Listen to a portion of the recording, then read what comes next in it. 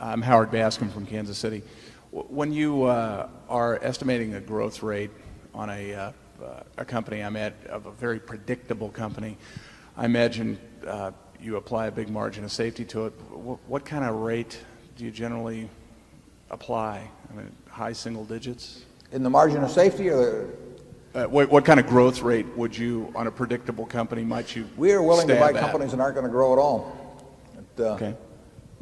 Assuming we get enough for our money when we do it. So we are not looking. We are looking at projecting numbers out as to what kind of cash we think we'll get back over time. But you know, would you rather have a savings? If you're going to put $1 million in a savings account, would you rather have something that paid you 10% a year and never changed, or would you rather have something that paid you 2% a year and increased to 10% a year?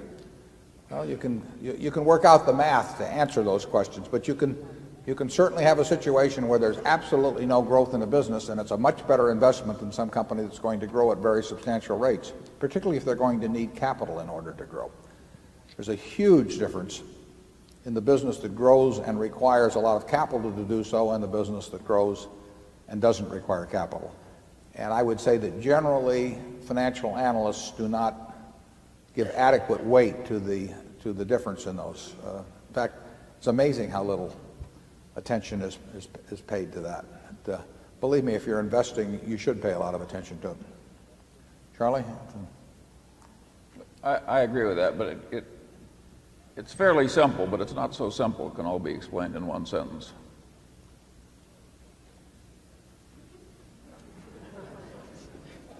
Some of our best businesses that we own outright don't grow, but they throw off lots of money which we can use to buy something else, and therefore our capital is growing without physical growth being in the business. And we are much better off being in that kind of a situation than being in some business that itself is growing, but it takes up all the money in order to grow and doesn't produce that high returns as we go along. A lot of managements don't understand that very well, actually. Zone 1.